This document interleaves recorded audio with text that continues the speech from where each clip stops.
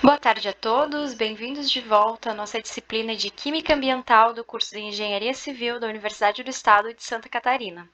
A aula de hoje é uma aula de continuação sobre o nosso conteúdo de substituição nucleofílica. Portanto, hoje nós veremos exemplos de funções orgânicas que sofrem o mecanismo reacional de substituição nucleofílica.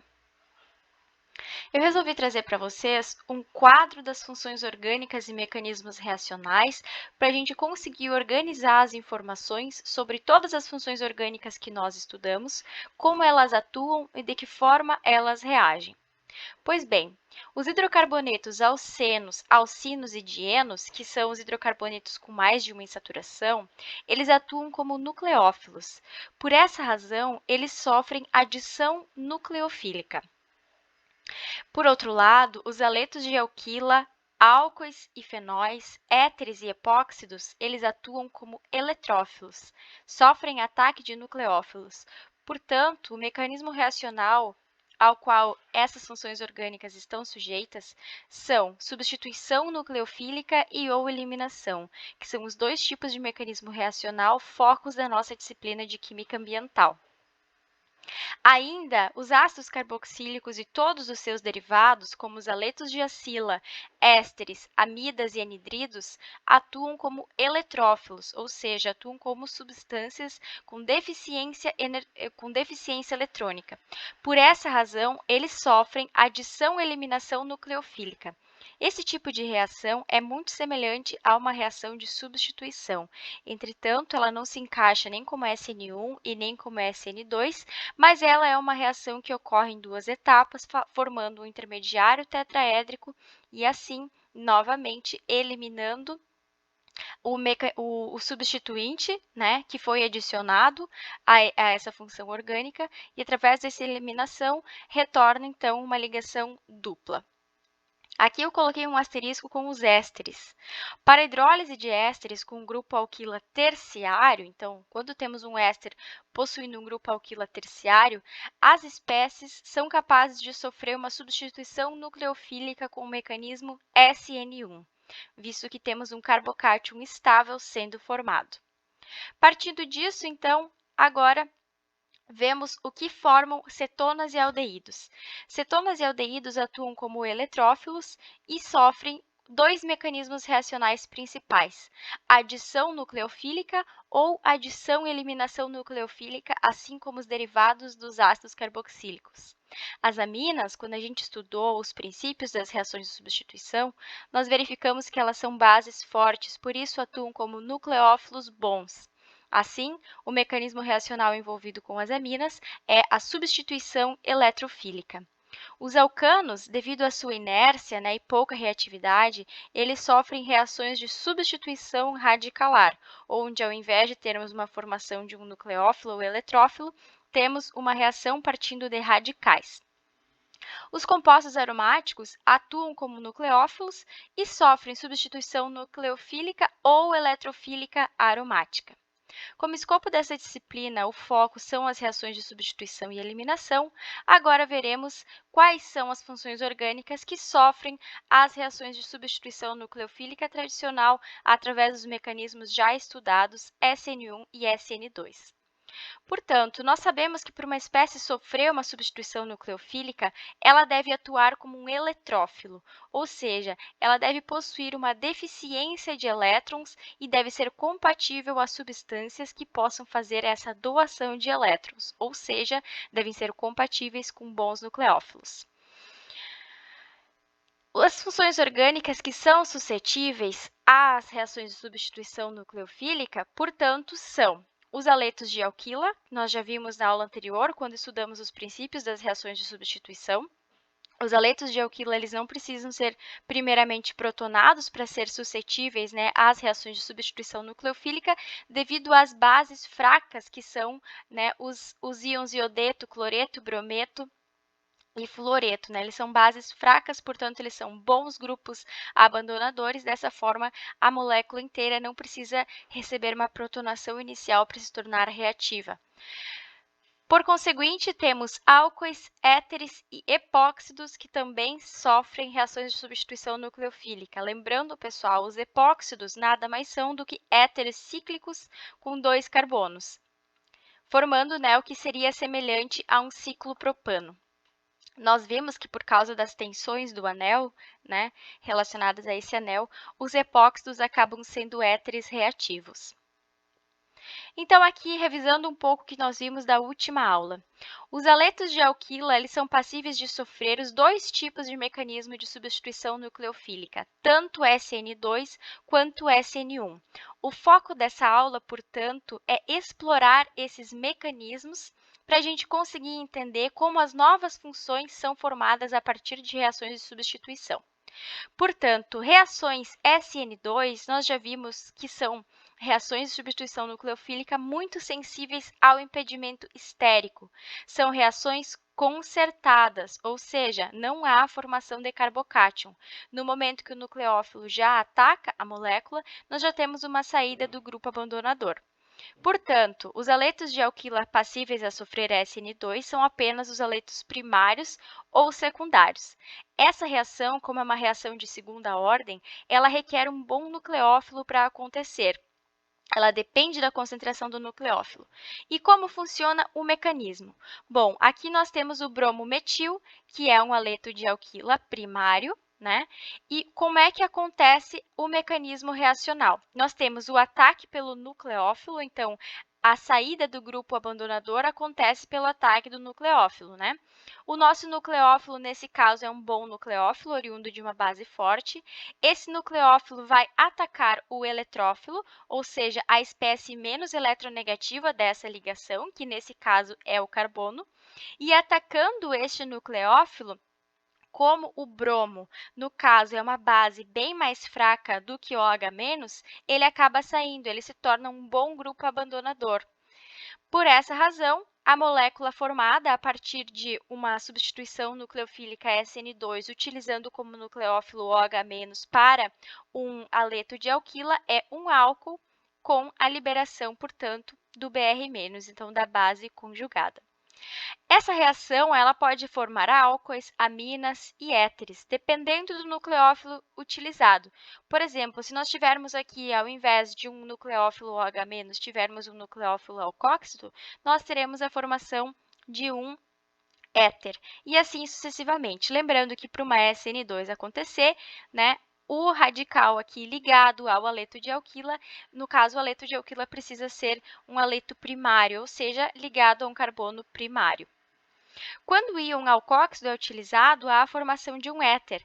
Nesse caso, o que nós temos é a síntese de Williamson, que nós já abordamos de forma bem rápida na nossa disciplina. E o que é a síntese de Williamson?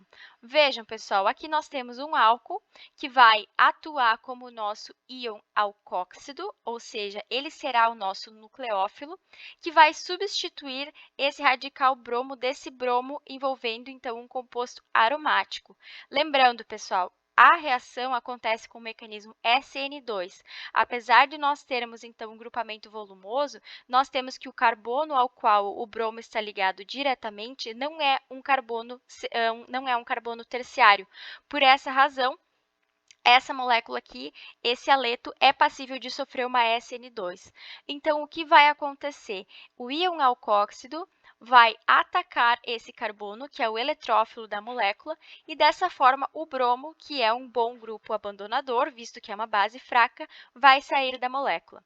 A molécula resultante será um éter. Ainda não envolvendo, então, funções aromáticas, nós temos outros exemplos da síntese de Williamson. Por exemplo, o bromopropil, né, ou bromopropano, reagindo, então, com o íon alcóxido de um butanol, ele forma, então, o butilpropil éter, né, o éter butílico e propílico com liberação do Br-, que é o caso, então, do grupo abandonador dessa primeira molécula. Ainda temos outros exemplos reagindo com o íon alcóxido, formando, então, novamente um éter. Lembrando, pessoal, síntese de Williamson, então, é a reação de um álcool, né, um radical hidroxila, com um aleto de alquila para a formação de um éter. Nesse caso, o que é formado, então, é um íon alcóxido, né, pessoal? A gente tem uma reação que necessita de um bom nucleófilo, por isso que é formado o íon alcóxido, provavelmente pela protonação.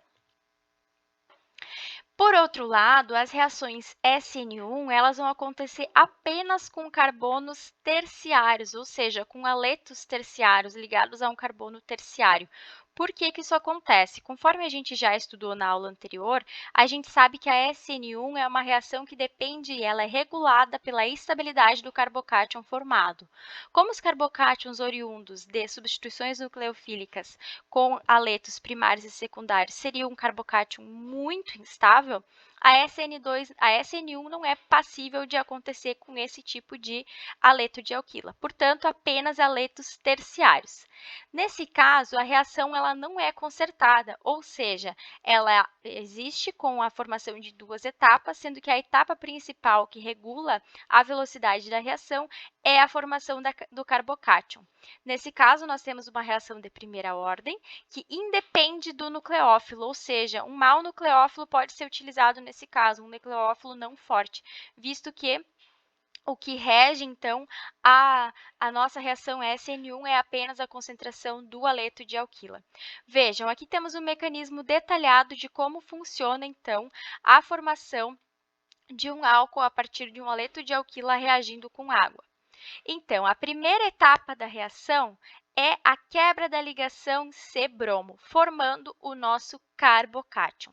Essa etapa é a etapa lenta, que vai dar origem, então, à velocidade, vai reger a velocidade da reação geral. Então, a formação do carbocátion independe do ataque do nucleófilo, o que é diferente do que acontece na SN2, né? A saída do grupo abandonador, ela requer, então, o ataque do nucleófilo. Nesse caso, nós temos primeiro a saída de um grupo abandonador, né?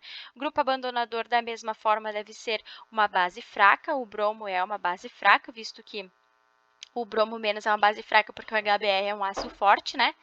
Então, a primeira etapa envolve a quebra dessa ligação CBr, formando o nosso carbocátion. Nesse caso, o carbocátion superestável, visto que o carbono onde a carga positiva está é um carbono terciário. A segunda etapa da reação envolve o ataque do nucleófilo a esse carbocátion. Então, nesse caso, a nossa água vai atacar o carbocátion. O que acontece? Nós temos a formação, então, de um próton. O oxigênio acaba ficando com uma carga positiva, visto que aqui, nesse caso, ele faz 3 ligações. Dessa forma, o que acontece? Claro que vai depender do meio reacional, onde essa molécula estiver reagindo, né?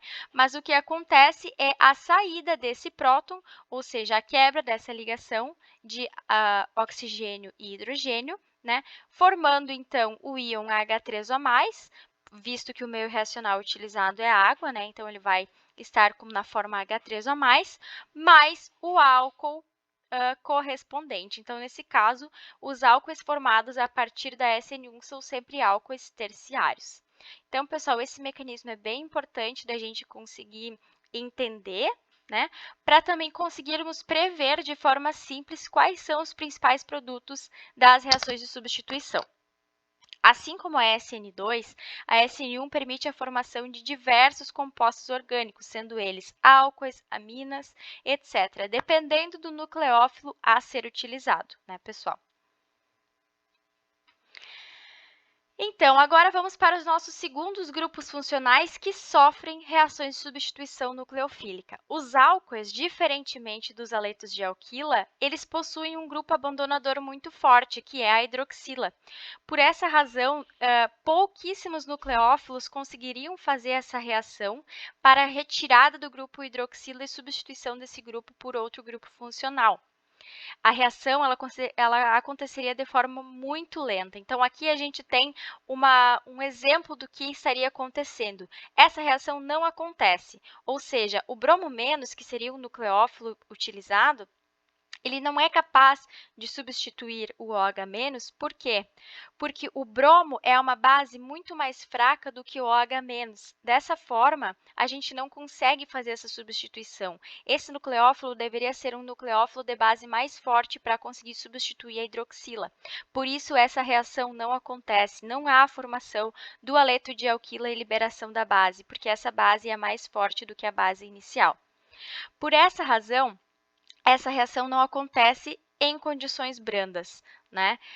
Se o grupamento OH- for convertido em uma base mais fraca, essa se torna um melhor grupo abandonador e então a substituição ocorre. Então, o que é necessário para permitir que um álcool sofra uma substituição de sua hidroxila, tornar essa hidroxila uma base mais forte, mais fraca? E como a gente faz com que a hidroxila fique com uma base mais fraca?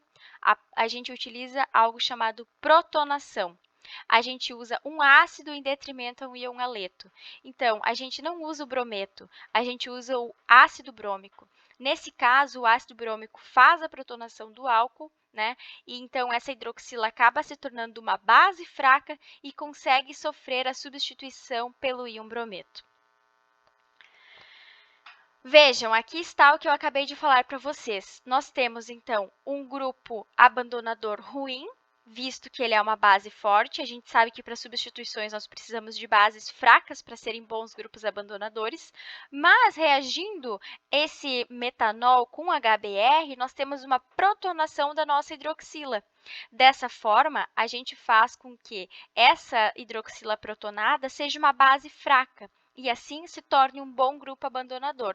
Sendo um bom grupo abandonador, esse carbono é passível logo de substituição. Então, o nucleófilo consegue atacar o eletrófilo dessa molécula e a água consegue ser liberada, visto que ela se torna uma base fraca.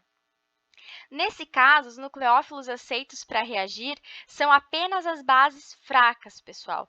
Então, essa reação com álcool apenas acontece com bases fracas, sendo elas o íon iodeto, o íon brometo e o íon cloreto. Fortes bases, nesse caso, seriam protonadas em meio ácido e assim a reação não poderia acontecer. Ou seja, se a gente utilizasse, então, além do meio ácido, uma base como uma amina, a gente teria uma reação concomitante que seria uma reação ácido-base, por exemplo, ou uma amônia, né? E assim a gente não teria a substituição, nós teríamos outra reação em detrimento da substituição nucleofílica. Por isso que as únicas bases que podem ser utilizadas como nucleófilos são as bases fracas oriundas, então, dos íons iodeto, brometo e cloreto. Bases que não podem ser usadas, né? Íons alcóxidos, aminas e amônias. Portanto, pessoal, a reação de álcoois sempre acontecerá, a reação de substituição de álcool sempre originará uma molécula de aleto de alquila, visto que as outras moléculas não poderiam ser usadas nesse caso, visto que um álcool, para reagir via substituição nucleofílica, precisa de um meio ácido, ele precisa ser protonado para que a hidroxila consiga abandonar a molécula. Então, álcoois terciários e secundários, eles sofrem SN1. Tá, pessoal? Aqui nós temos uma diferença. Os secundários conseguem sofrer SN1 em detrimento da SN2. Na SN1, nós temos uma reação não concertada, conforme já mencionei para vocês. Ela forma um carbocátion e é uma reação de primeira ordem. Vejam aqui o mecanismo reacional. Primeiramente, temos um álcool terciário reagindo com o ácido bromídrico. Lembrando que nós precisamos do meio ácido para que essa reação ocorra. O ácido vai protonar o átomo mais básico da molécula, e o átomo mais básico da molécula é o oxigênio. Portanto, então, nós teremos uma flecha saindo do oxigênio para reagir com o hidrogênio. Dessa forma, temos a quebra da ligação entre hidrogênio e bromo. Pessoal, a gente conseguir entender a direção dessas flechas é muito importante para a gente definir o mecanismo reacional. No momento, então, que temos a formação de uma hidroxila protonada, a gente tem uma saída dessa hidroxila, visto que o nosso oxigênio, então, ele está com uma carga positiva, a ligação entre carbono e oxigênio é quebrada para que o oxigênio perca essa carga positiva, no caso, né, não fique com essa com essa ligação a mais. Dessa forma, temos o que? A formação do carbocátion, por isso que essa reação é uma reação SN1. Com a formação do carbocátion, a gente tem o carbocátion estável, visto que esse carbocátion é o carbocátion terciário, e assim nós temos o ataque do nucleófilo. Vejam, pessoal, a gente não dependeu do nucleófilo para a formação do carbocátion, a gente apenas dependeu da protonação.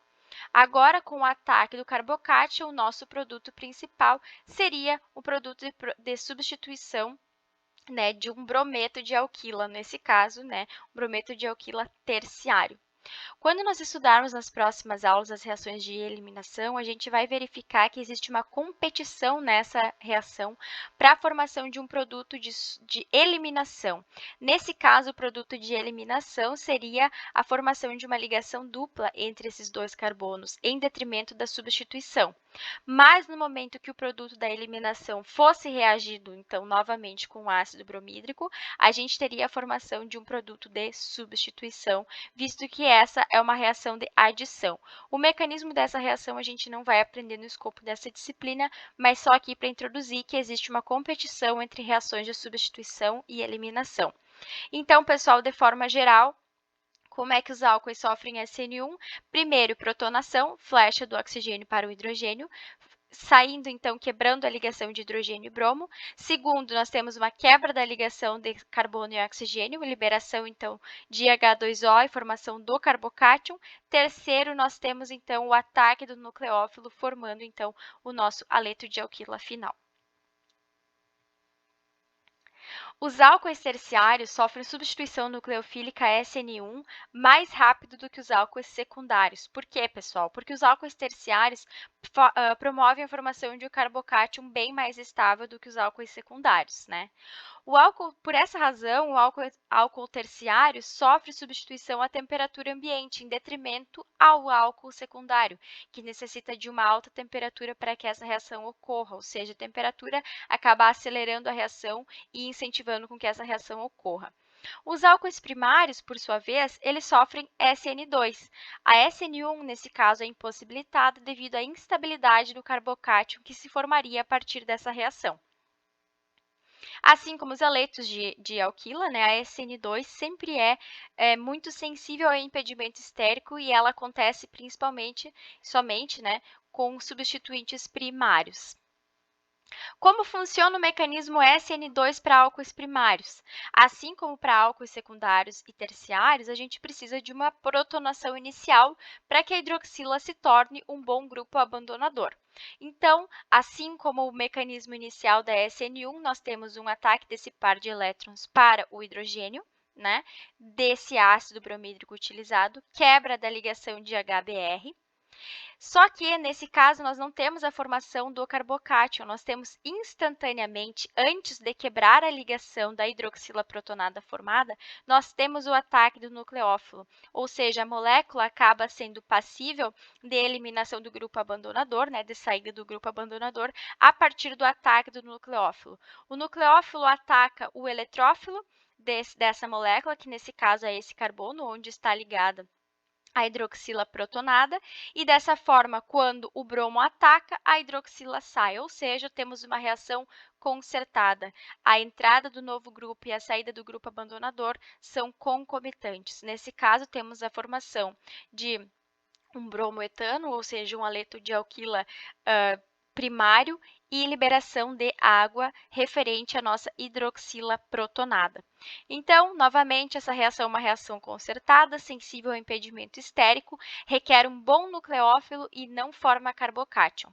Lembrando, a principal diferença entre SN1 e SN2 é a formação do carbocátion. Para ácidos com cloro, como por exemplo o ácido clorídrico, o cloro, então, ele é um mau nucleófilo, né? O íon cloreto, ele é um mau nucleófilo.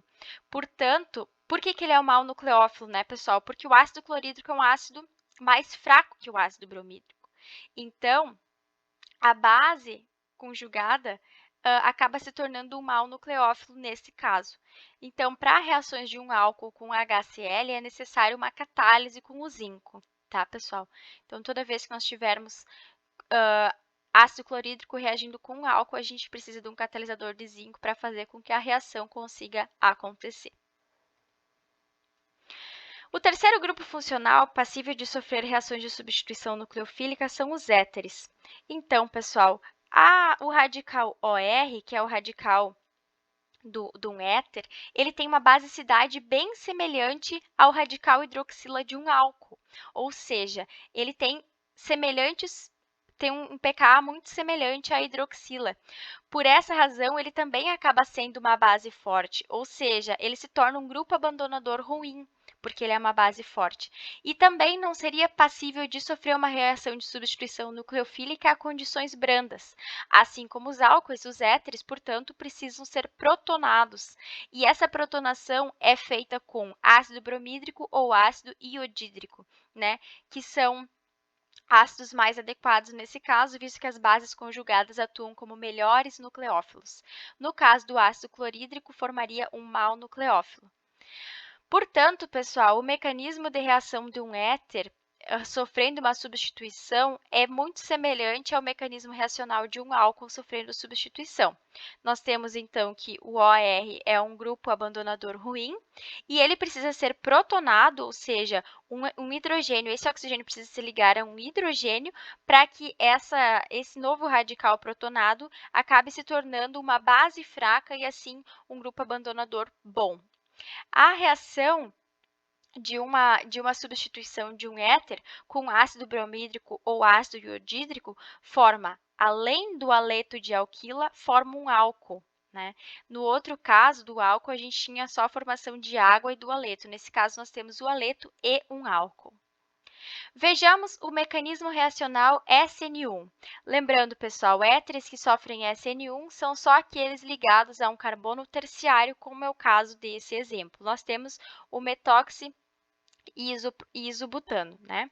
Então, mecanismo reacional, semelhante ao do álcool. Primeiro, o ataque do par de elétrons do oxigênio, desse radical aqui, correspondente ao éter, ao hidrogênio do ácido iodídrico.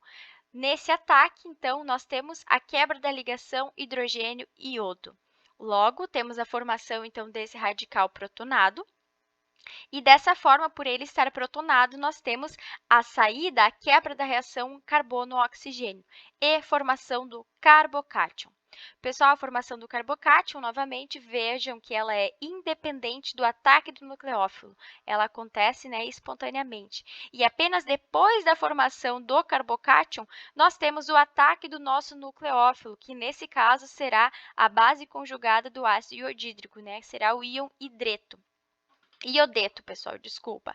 Esse íon iodeto vai formar, então, o nosso aleto de alquila, né? A partir desse ataque, esse aleto de alquila será um aleto de alquila com iodo, e a saída do nosso grupo abandonador, antes da formação do carbocátion, vai formar, então, um metanol, nesse caso, vai formar um álcool, visto que nós temos, então, um substituinte metóxi protonado, dessa forma esse metóxi vira o metanol. Então, pessoal, lembrando das flechas, primeiramente, ataque do oxigênio ao hidrogênio, quebra da ligação iodo-hidrogênio. Por conseguinte, nós temos a formação do carbocátion, quebra da ligação carbono-oxigênio, liberação do metanol. Formação do carbocátion, ataque do nucleófilo ao carbocátion e, assim, formação do nosso aleto de alquila. O mecanismo SN2, com os éteres, ele ocorre quando o grupamento OR é ligado a carbonos que formariam um carbocátion muito instável. Nesse caso, ligados a uma metila, uma vinila, uma arila e assim sucessivamente. Então, pessoal, aqui temos o mesmo mecanismo, entretanto, o mecanismo SN2 acaba sendo diferente. No mecanismo SN2, a gente não tem a possibilidade de reagir, então, um substituinte terciário, como é esse caso. Ao invés de termos um substituinte terciário, temos um substituinte que formaria um carbocátion instável.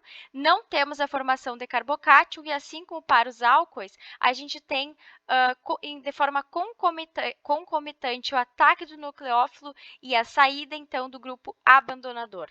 Dessa forma, nós temos uma reação concertada, que é a reação SN2.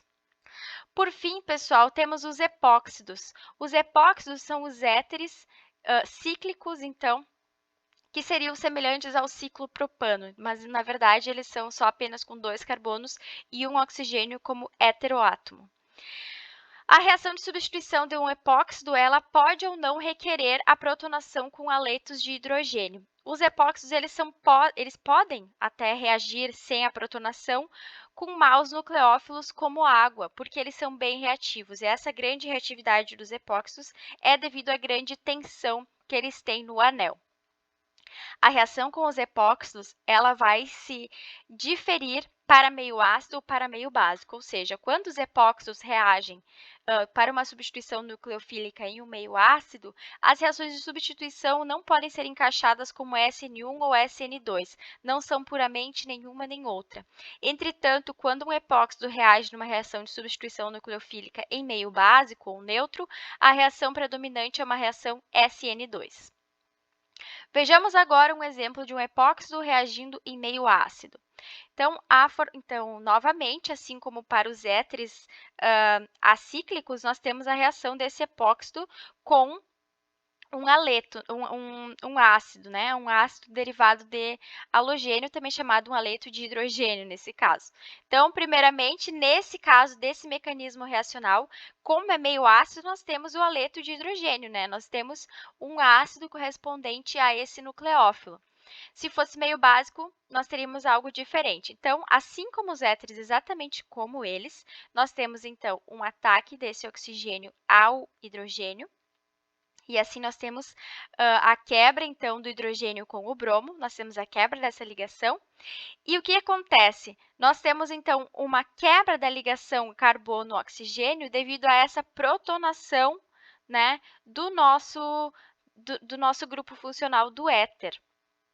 Dessa forma, a gente tem instantaneamente, depois dessa, instantaneamente com essa quebra, né, e de forma simultânea, nós temos o ataque do nucleófilo para a substância o átomo mais eletrófilo, que nesse caso é esse carbono. E assim a gente tem a formação de um álcool com um substituinte haleto. Pessoal, essa reação, na verdade, é uma reação de substituição intramolecular e não intermolecular, como a gente estava vendo nos outros exemplos. O ataque do nucleófilo para este caso, nesse caso aqui nós temos um éter, né, nós temos um epóxido simétrico, mas se nós tivéssemos mais substituintes em um desses carbonos, o ataque do nucleófilo é sempre no carbono mais substituído, para o caso do meio ácido. Então, o produto final dessa reação é a formação de um álcool com substituinte halogênio. Relembrando o mecanismo, pessoal, primeiro, protonação do nosso oxigênio do éter, quebra da ligação do ácido, né? A ligação bromo-hidrogênio se quebra. Instantaneamente, nós temos o ataque do nucleófilo ao carbono mais substituído do epóxido e quebra da ligação entre carbono e oxigênio, então formando um álcool e um substituinte bromo nesse caso. Agora, o mecanismo reacional quando protonado e reagido com um nucleófilo qualquer. Vejam, pessoal, aqui a gente precisa de uma protonação do éter, né? O epóxido, assim como os outros éteres, precisam de uma protonação e depois dessa protonação eles podem reagir com qualquer outro nucleófilo. Novamente, um mecanismo em meio ácido. O B, tá? O B+, ele remete, então, à base conjugada desse átomo de hidrogênio, tá bom, pessoal? Então, primeiramente, o mecanismo que a gente já conhece, o ataque do oxigênio a esse hidrogênio, né? Protonação do nosso grupamento éter, quebra da ligação do hidrogênio com a sua base conjugada. Dessa forma, aqui nós temos um nucleófilo qualquer, que nesse caso até é um nucleófilo não tão forte, que é o nosso metanol. O metanol vai atacar o carbono mais eletrófilo e essa ligação entre carbono e oxigênio que está protonado acaba por se quebrar. O que nós temos? Nós temos a formação, então, de uma hidroxila nesse carbono aqui, visto que essa ligação se quebrou, né? Temos essa formação da hidroxila e aqui esse íon alcóxido acaba atacando, então, o carbono mais substituído, formando, então, essa molécula aqui. Nós novamente temos um carbono protonado, fazendo mais de uma ligação. A base, portanto, correspondente a esse ácido primário que foi utilizado para protonar o nosso éter, a base acaba atacando esse hidrogênio que está sobrando nessa ligação, e a ligação oxigênio e hidrogênio, ela acaba se quebrando. O produto final, então, vai ser, nesse caso, 3-metoxi-2-butanol, mas é um produto, então, que é um álcool com um metóxi substituindo, né? Com um éter substituindo, mais o ácido da base conjugada. No caso de usar um álcool como nucleófilo, sempre há a formação de um álcool com substituinte éter, e o ataque sempre se dá no carbono mais substituído. Aqui temos um resumo, né, do que acontece com os epóxidos em meio ácido. Primeiramente, ele necessita ser protonado, né, meio ácido necessariamente vai protonar, e reagindo com um nucleófilo qualquer quando temos dois tipos, então, aqui de produtos formados. O primeiro produto formado seria o produto de maior proporção, que é quando o nucleófilo, após a protonação do meio ácido do nosso epóxido, quando o nucleófilo acaba por atacar o carbono mais substituído. Vejam, esse epóxido não é simétrico, nós temos um carbono aqui desse epóxido ligado a uma metila. Logo, então, o produto de maior proporção vai ser aquele relacionado ao ataque do nucleófilo ao carbono mais substituído. Em detrimento existe a formação de um produto secundário em menor proporção, que é o ataque do nucleófilo ao carbono menos substituído. Então, gerando uma hidroxila e um éter para ambos, né? Mas esse éter estando em diferentes posições da nossa molécula. Lembrando, pessoal, então, que meio ácido, o nucleófilo vai atacar sempre o carbono mais substituído majoritariamente. Agora, quando um epóxido reage em meio básico ou neutro, pessoal, aqui está a forma do epóxido sem precisar protonação.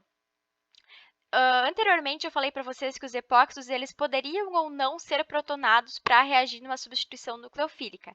Eles são protonados quando reagem em meio ácido e eles não são protonados quando reagem em meio básico. Entretanto, quando eles reagem em meio básico, eles acabam por requerer, então, um bom nucleófilo. Por que eles requerem um bom nucleófilo? Porque eles passam por um mecanismo SN2, ou seja, o nucleófilo tem que ser mais forte do que o grupo de saída, uma base mais forte do que o grupo de saída. Como é que acontece o mecanismo SN2? Lembrando, isso acontece tanto para o meio básico quanto para o meio neutro. Novamente, né, frisando que o mecanismo para os epóxidos é uma substituição intramolecular, não intramolecular, como a gente viu para os outros grupos funcionais.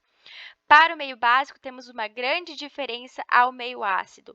O ataque do nucleófilo se dá sempre ao carbono menos substituído, devido, então, ao impedimento estérico, né? Sofrido pelo mecanismo SN2. Então, como é que acontece, pessoal? Nós temos que a SN2 é uma reação concertada, nós não temos a formação do carbocátion, esse epóxido não necessita de protonação, então é um ataque direto. Nosso nucleófilo ataca, então, o eletrófilo, que nesse caso é o carbono menos substituído, e instantaneamente há uma quebra da ligação carbono-oxigênio, né? Saindo, então, o que seria o nosso grupo abandonador, né? Acaba se quebrando essa ligação carbono-oxigênio. Nesse caso, nós precisamos de um próton, né? Para solvatar essa molécula com carga negativa, esse átomo com carga negativa formado. E nesse caso, o que pode ser usado, então, para fazer então, a neutralização dessa carga negativa?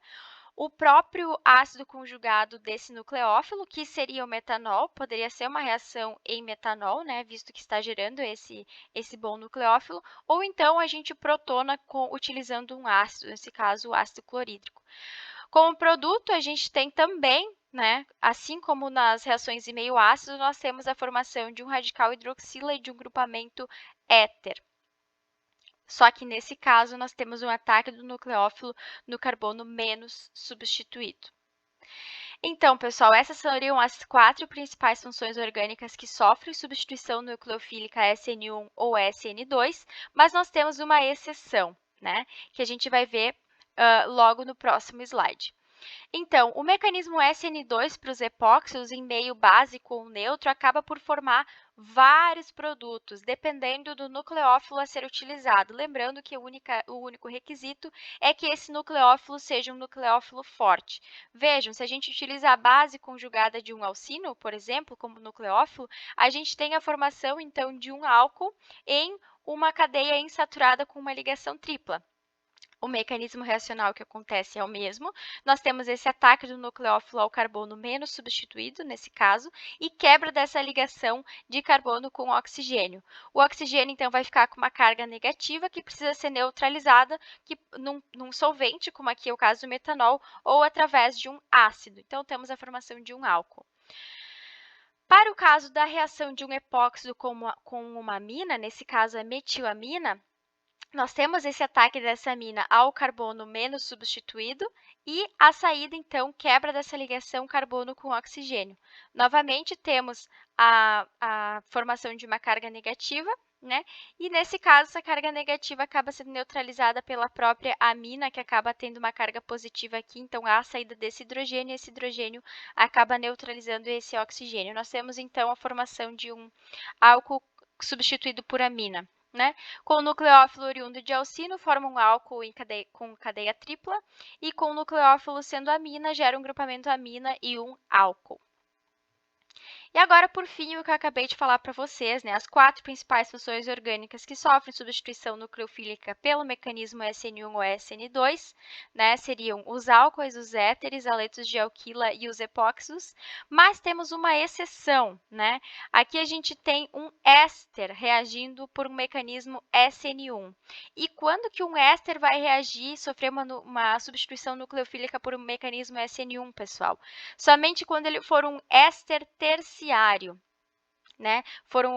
Ligado a um aleto de alquila, formando um aleto de alquila terciário. Então, esse éster precisa estar ligado, tá, a um grupamento terciário. E por causa do impedimento estérico, nós temos a formação de um mecanismo SN1. Como é que acontece esse mecanismo, pessoal? Nesse caso, agora, a gente tem uma protonação, a gente utiliza um ácido qualquer, tá? Esse ácido qualquer, então, ele vai protonar esse oxigênio da carbonila de um éster, ele vai atacar esse hidrogênio, vai quebrar a ligação entre o hidrogênio e a sua base conjugada, tá, pessoal? E assim nós vamos ter um protonado. Nós vamos ter uma carbonila protonada. Como ela está protonada e aqui nós temos uma ligação dupla, a gente acaba por quebrar essa ligação dupla para suprir essa carga positiva. E assim, quebrando essa ligação dupla, a gente tem a formação desta ligação dupla, tá, pessoal? Então, a gente tem uma quebra da molécula dessa ligação carbono-oxigênio, tá? Porque seria como se fosse uma ressonância da própria molécula, né? Nós temos uma quebra dessa ligação dupla para suprir, então, essa carga positiva.